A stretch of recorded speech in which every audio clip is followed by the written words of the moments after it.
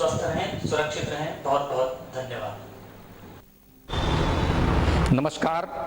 कक्षा 10 हिंदी विषय के अंतर्गत आज हिंदी व्याकरण का जो आपका पाठ्यक्रम का अंग है उसमें शब्द रचना के तत्व के प्रथम भाग पर हम लोग चर्चा कर चुके हैं।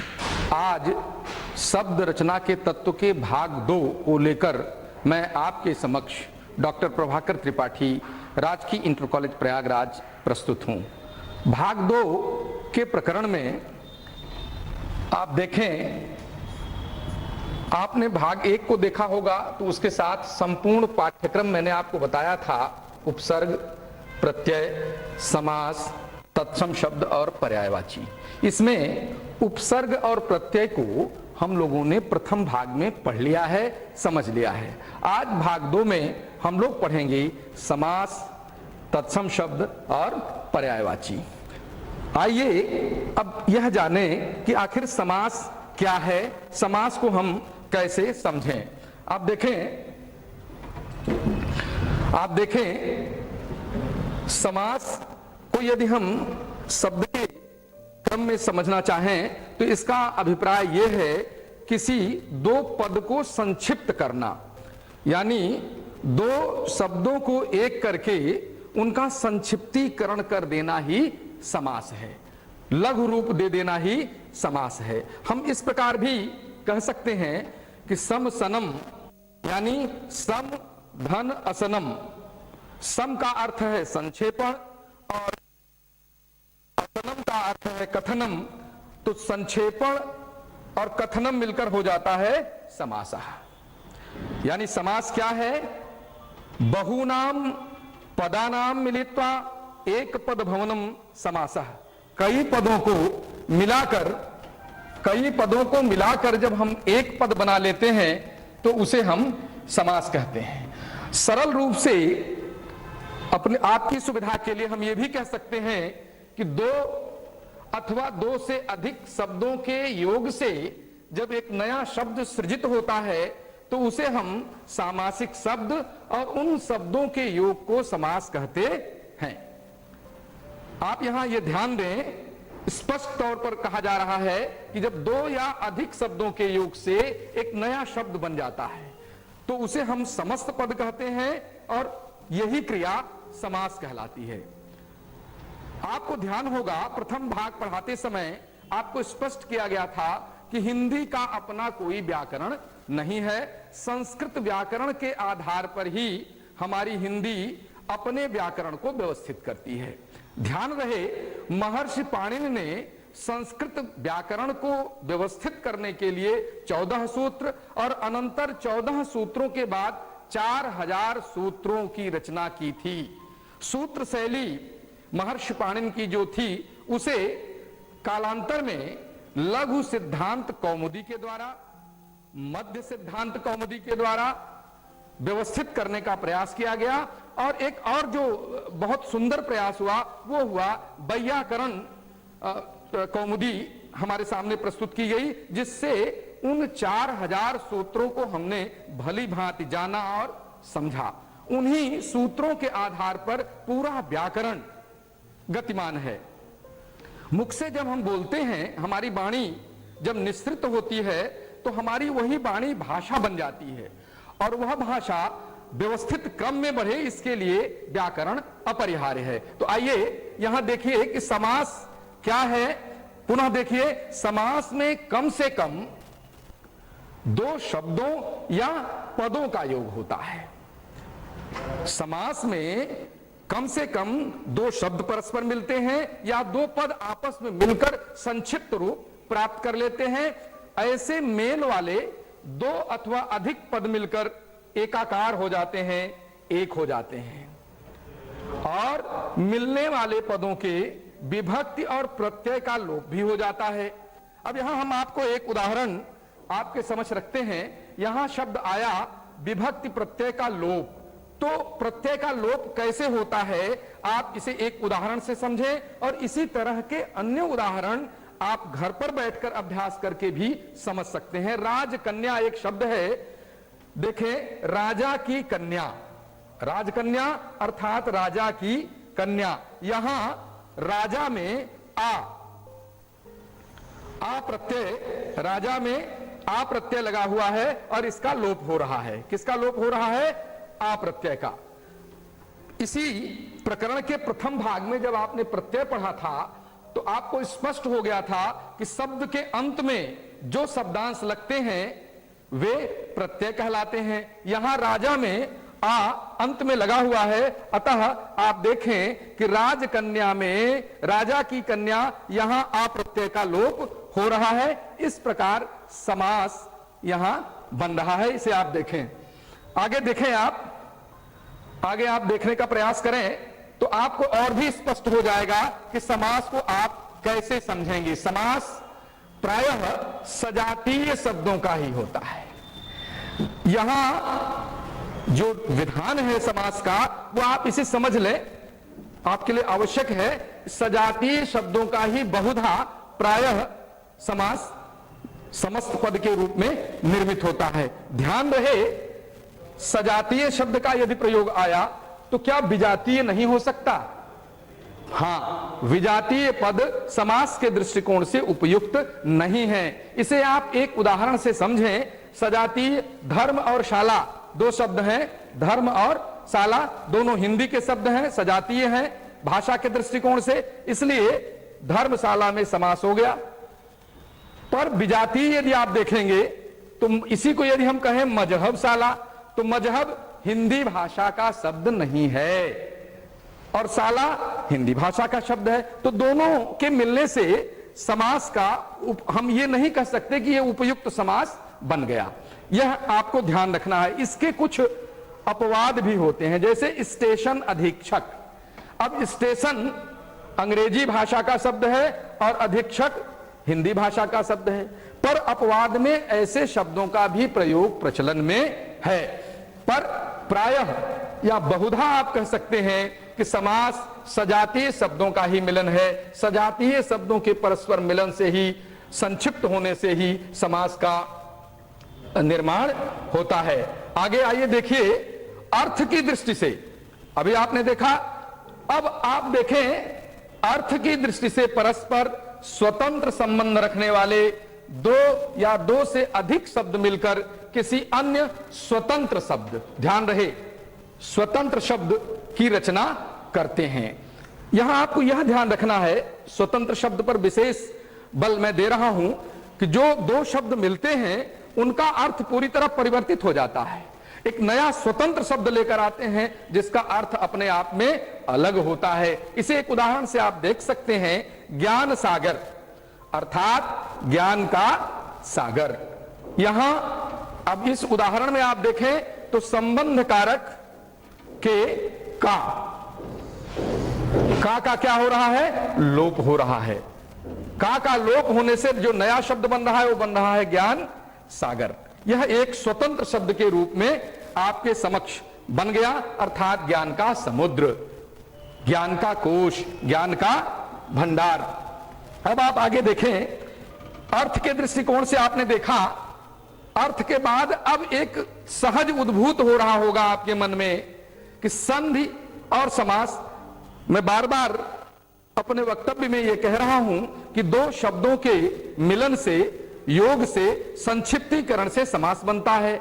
आपने यह भी पढ़ा है कि संधि में भी संक्षिप्तीकरण होता है। तो आखिर संधि और समास में क्या अंतर है? इसी प्रकरण के प्रथम भाग में शब्द की युक्तियां जब आपको बताई गई थी तो उसमें तीसरी युक्ति के रूप में संधि और समास की चर्चा आपके समक्ष हुई थी। तो आइए देखते हैं कि संधि और समास में क्या अंतर है। आप यह कैसे जान सकेंगे कि संधि और समास में भेद क्या है? आइए, संधि में दो वर्णों का योग होता है, दो वर्णों का मेल होता है। वर्ण यानी अक्षर, जिसे आपको प्रथम भाग में मैंने स्पष्ट कर दिया था कि शब्द का वह खंड जिसे खंड खंड नहीं किया जा सकता, या भाषा की अविभाज्य ध्वनि वर्ण है या अक्षर है। तो संधि में क्या होता है? दो वर्णों का योग होता है। ठीक इसके उलट समास में दो पदों या दो शब्दों का योग होता है। अब आप यह पूर्व के ज्ञान के आधार पर आप स्पष्ट हैं कि वर्ण क्या है और शब्द क्या है। एक बार पुनः आपके स्मरण के लिए, शब्द दो या दो से अधिक वर्णों के सार्थक मेल को हम शब्द कहते हैं। तो जहां शब्दों या पदों का योग होता है, संक्षिप्तीकरण होता है, वहां समास होता है, और जहां वर्णों का मेल होता है वहां संधि होती है। इसी प्रकार संधि में दो वर्णों के मेल और विकार की संभावना रहती है। जो विकार नए शब्द में बनता है वो दो वर्णों के मेल से बनता है, और समास में पदों के प्रत्यय का लोप हो जाता है, और उसी प्रत्यय के लोप के फलस्वरूप जो समस्त पद निर्मित होता है, सामासीकरण जो होता है, संक्षेपीकरण जो होता है, वो इस कारण से पदों के प्रत्यय के विलोपन के कारण होता है। इसी प्रकार से संधि को तोड़ना, जैसे विद्यालय एक शब्द है, विद्या धन आलय, इसे हम क्या कहते हैं? विच्छेद कहते हैं। और समास को तोड़ने की क्रिया को क्या कहते हैं? विग्रह कहते हैं। संधि वर्णों का मिलन है और समास शब्दों का मिलन है। अति संक्षिप्त रूप में आप जाने तो संधि वर्णों का मिलन है और समास शब्दों का मिलन है। जैसे मैंने उदाहरण दिया विद्यालय का, दूसरा उदाहरण देव और आलय को मिला दें तो शब्द बनता है देवालय। अब यहां देखिए, देव में अ और आ में अ मिलकर बड़ा आ बन रहे हैं, या अ और बड़ा आ मिलकर आ बन रहे हैं। संधि के नियमों के अनुसार दीर्घ संधि होती है, जिसका सूत्र होता है अकह सवर्णे दीर्घः। तदानुसार यहां दीर्घ संधि आपको दृष्टिगोचर हो रही है। इधर आइए, समास की ओर जब हम आते हैं तो माता और पिता, यहां और का लोप होकर समस्त पद बन रहा है माता पिता।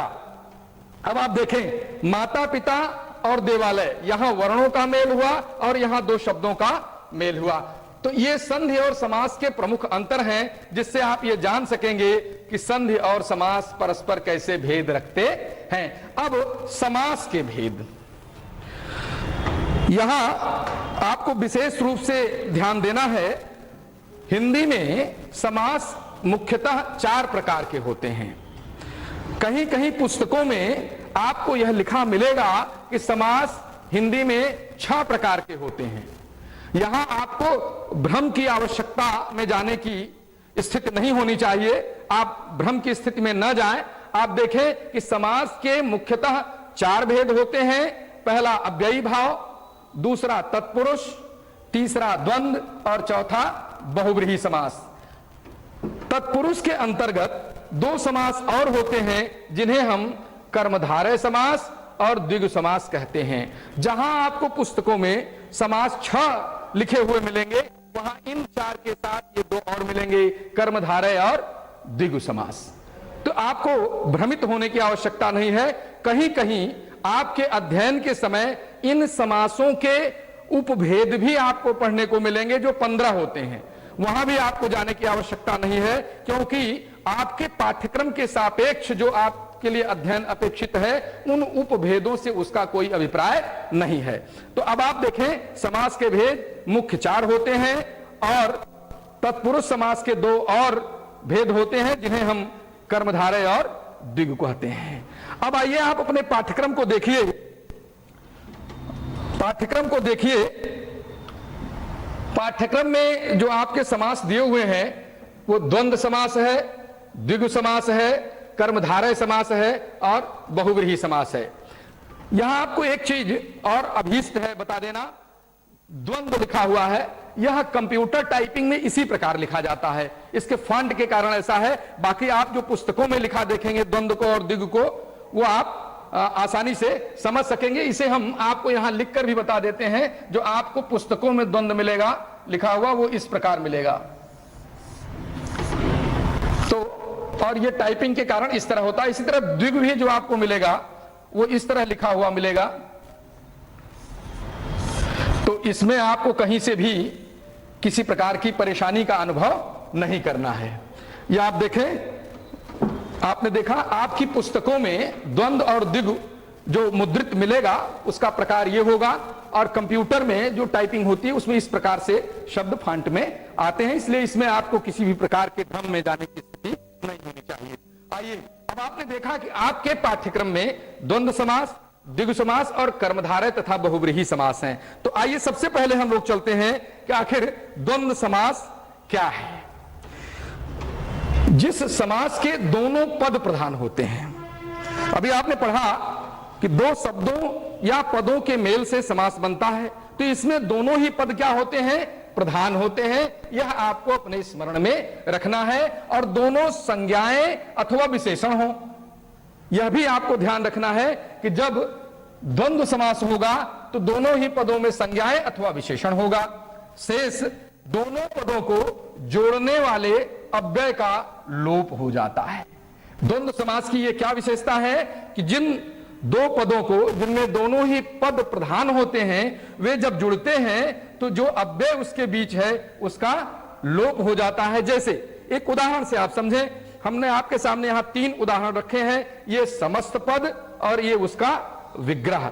भाई बहन, भाई और बहन, विग्रह में आप यहां और शब्द देख रहे हैं। इस और का समस्त पद बनने पर लोप आपके सामने दृष्टिगोचर हो रहा है। इसी प्रकार जीवन मरण, जीवन और मरण, माता पिता, माता और पिता।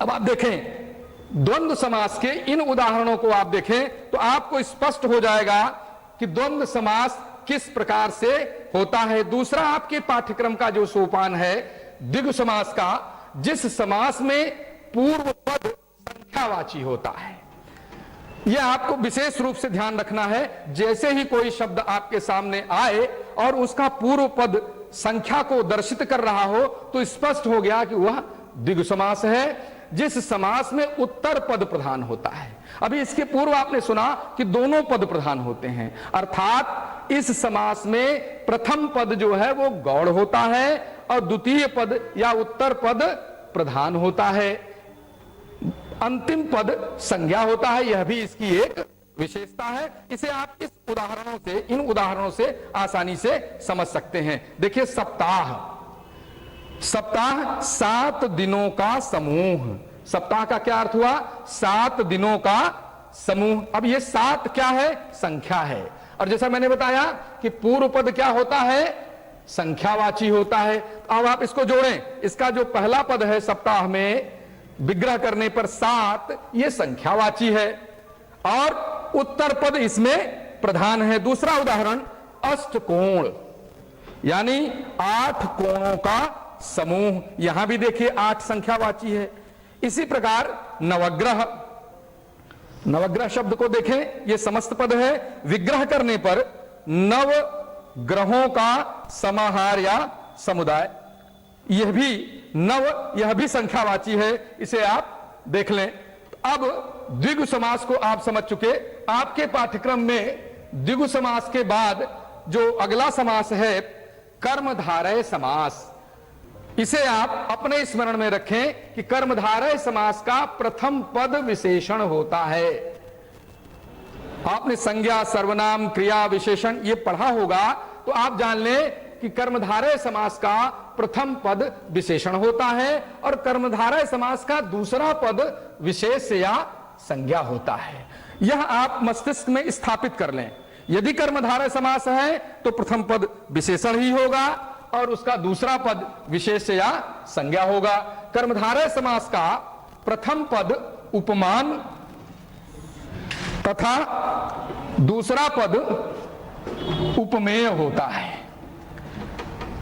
काव्य सौंदर्य के तत्वों को जब आप पढ़े होंगे या जब आप अलंकार पढ़ेंगे तो आप ये इन चीजों को स्पष्ट कर चुके होंगे। मैं समझता हूं कि उपमान और उपमेय को मुझे यहां अलग से आपके समक्ष चर्चा की आवश्यकता नहीं प्रतीत होती। आप जान लें कि कर्मधारय समास का प्रथम पद विशेषण होता है, दूसरा पद विशेष या संज्ञा होता है और प्रथम पद उपमान तथा दूसरा पद उपमेय होता है। इन 3 आधारों को आप हमेशा ध्यान में रखेंगे। इसे आप एक उदाहरण से देखें। समस्त पद और विग्रह हम दे रहे हैं आपके समक्ष। नील कमल, नील कमल, मैंने बताया कि प्रथम पद विशेषण। कमल की विशेषता क्या हो रही है, कमल कैसा है, नीला है। अब आप देखें स्पष्ट है कि नीला है जो कमल, नीला है जो कमल अर्थात नील कमल, यहां प्रथम पद आपको विशेषण के रूप में स्पष्ट है और दूसरा पद विशेष और संज्ञा के रूप में आपके सामने स्पष्ट है। दूसरा उदाहरण देखें, पीतांबर यानी पीत है जो अंबर। तीसरा उदाहरण देखें, चंद्रमुख जिसमें चंद्रमा के सदृश मुख। अब यहां देखिए चंद्रमा के सदृश मुख में देखिए प्रथम पद उपमान है और दूसरा पद क्या है, उपमेय है। यहां प्रथम पद क्या है, उपमान है और दूसरा पद क्या है, उपमेय है। मुख और चंद्रमा के उपमेय उपमान को आप समझ लें, इस तरह से आप कर्मधारय समास को आसानी से समझ सकते हैं।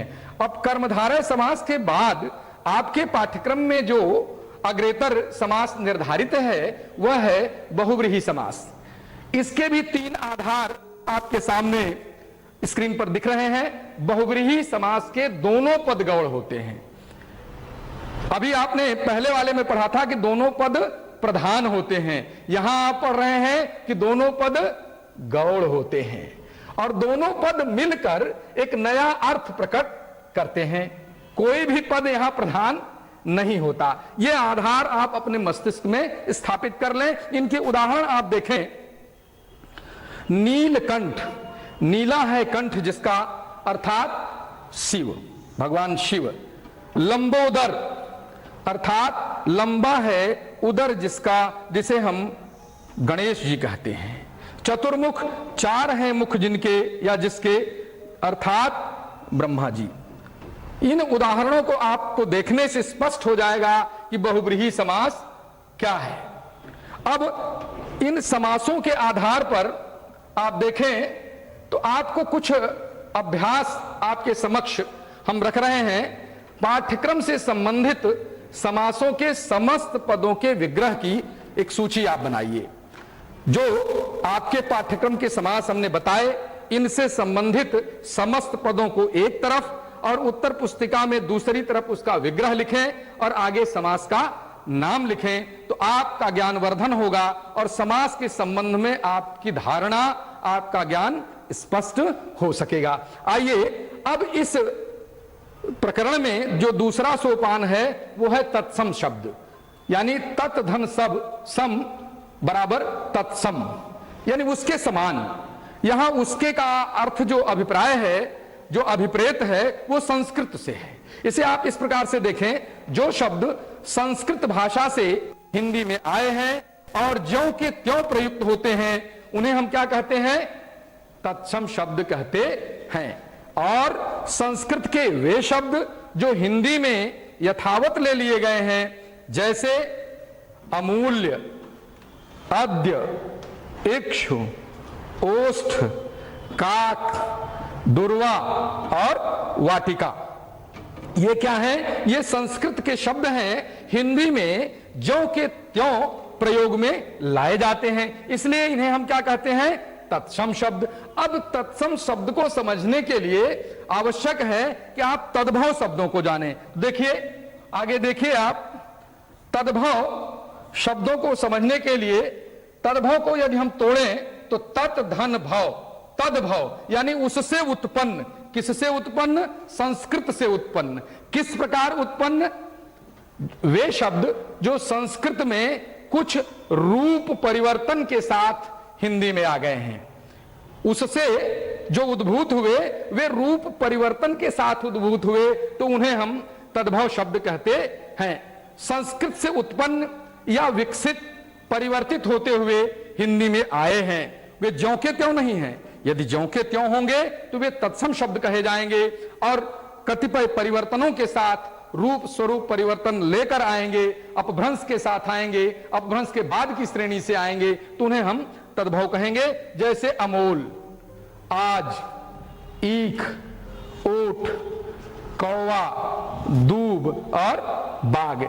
ठीक जो शब्द ये तद्भव के रूप में लिखे हुए हैं, ऊपर जब हम आपको तत्सम पढ़ा रहे थे तो इन्हीं शब्दों के तत्सम शब्द ऊपर लिखे हुए हैं, जिसे आप आसानी से समझ सकें।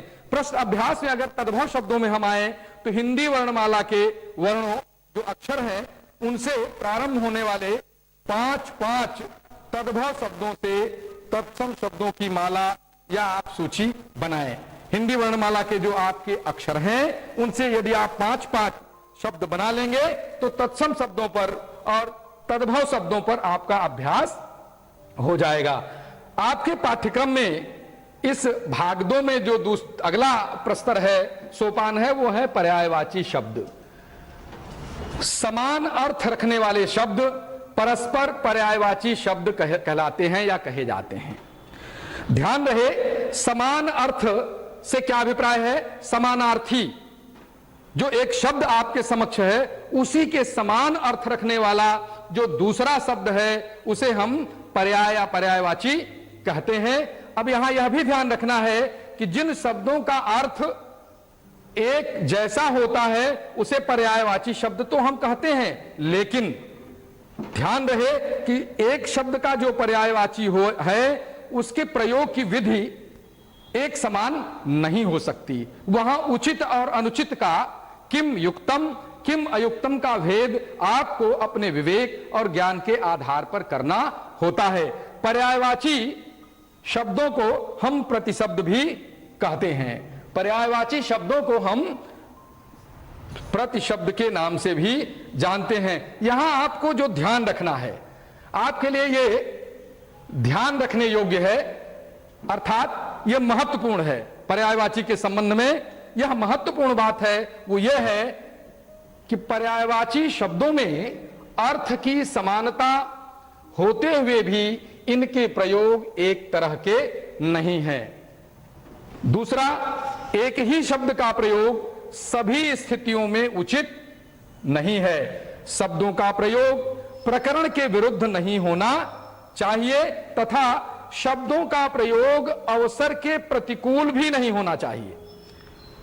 इसे आप एक उदाहरण से समझ सकते हैं। चीर हरण, जैसे द्रौपदी के चीर हरण की बात आती है तो यदि हम वहां शब्द प्रयोग करें कपड़ा हरण तो ये उपयुक्त नहीं है। इसी प्रकार जैसे गंगा जल, फिर हम कहें गंगा पानी, यह भी उपयुक्त नहीं है, यद्यपि समानार्थी है। इसी प्रकार जैसे सूर्य को हम रवि, भानु, भास्कर, दिनकर, दिवाकर, अरुण, तो प्रातःकालीन सूर्य के लिए यदि हम प्रयोग करें तो अरुण शब्द ज्यादा उपयुक्त है। दोपहर के सूर्य के लिए मार्तंड उपयुक्त है। इस प्रकार से आप देखें, यह आपके लिए ध्यान रखने योग्य है। और अब आप स्वमूल्यांकन जो करेंगे, आपके लिए कुछ शब्दों की सूची हमने यहां दी है, इनसे आप 4-4 पर्यायवाची घर पर बैठकर बनाएंगे। गौ, आकाश, माता, पिता, आप ये सूची देख लें। मैं समझता हूं कि आप इस सूची का अभ्यास कर लेंगे तो आपका शब्दकोश बढ़ेगा। इसमें जो परीक्षा में प्रश्नों का स्वरूप होता है वो इस प्रकार होता है कि निम्नलिखित में से किन्हीं 2 समस्त पदों के समास विग्रह करते हुए समास का नाम लिखिए। ये 4 समस्त पद दिए होते हैं जिसमें से आपको 2 समस्त पदों का विग्रह करना होता है और समास का नाम लिखना होता है। इसी प्रकार तत्सम शब्दों में भी किन्हीं 2 के तत्सम रूप लिखना होता है, तद्भव दिया होता है। निम्नलिखित में से किन्हीं 2 के 2-2 पर्यायवाची शब्द लिखिए। 4 पर्यायवाची शब्द दिए होते हैं जिनमें 2 शब्दों के 2-2 पर्यायवाची आपको लिखने होते हैं। आपकी संप्राप्ति जो हुई वो हुई समास, समास के भेद, संधि समास में अंतर, तत्सम शब्द और पर्यायवाची शब्द। इस प्रकार भाग 2 आपका समाप्त होता है।